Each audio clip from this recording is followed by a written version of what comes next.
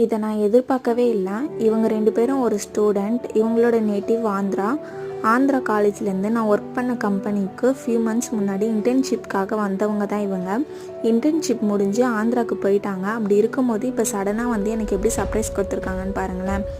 எப்போவுமே இன்டர்ன்ஷிப் முடிஞ்சு போகிற ஸ்டூடெண்ட்ஸ் அப்படியே மறந்துட்டு போயிடுவாங்க. இவங்க சம்திங் ஸ்பெஷல்னு தான் சொல்வேன். இப்போ வரைக்கும் அவங்க ஆந்திராவுக்கு போயிட்ட பிறகு கூட அப்பப்போ எங்களுக்கு கால் பண்ணி பேசுவாங்க. இங்கே இருக்கும்போதும் சரி போகும்போதும் சரி கால் பண்ணுவாங்க.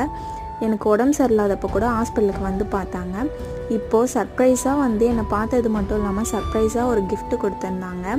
gift வந்து எனக்கு ரொம்ப பிடிச்சிருந்துச்சி. ஃபஸ்ட்டு காமிச்ச ஃபோட்டோ வந்து அவங்க இன்டர்ன்ஷிப் முடிஞ்சு இங்கேருந்து போகும்போது எடுத்த ஃபோட்டோ. ரெண்டாவதாக காமிச்ச ஃபோட்டோ வந்து எங்கள் பையனுக்கு பேர் வச்சப்போ எடுத்த ஃபோட்டோ. இவங்க கொஞ்ச நாள் தான் பழக்கம். அப்படி இருக்கும்போதும் நம்மளுக்காக நம்மளை தேடி வராங்கன்னும் போது எனக்கு ரொம்பவே சந்தோஷமாக இருந்துச்சு.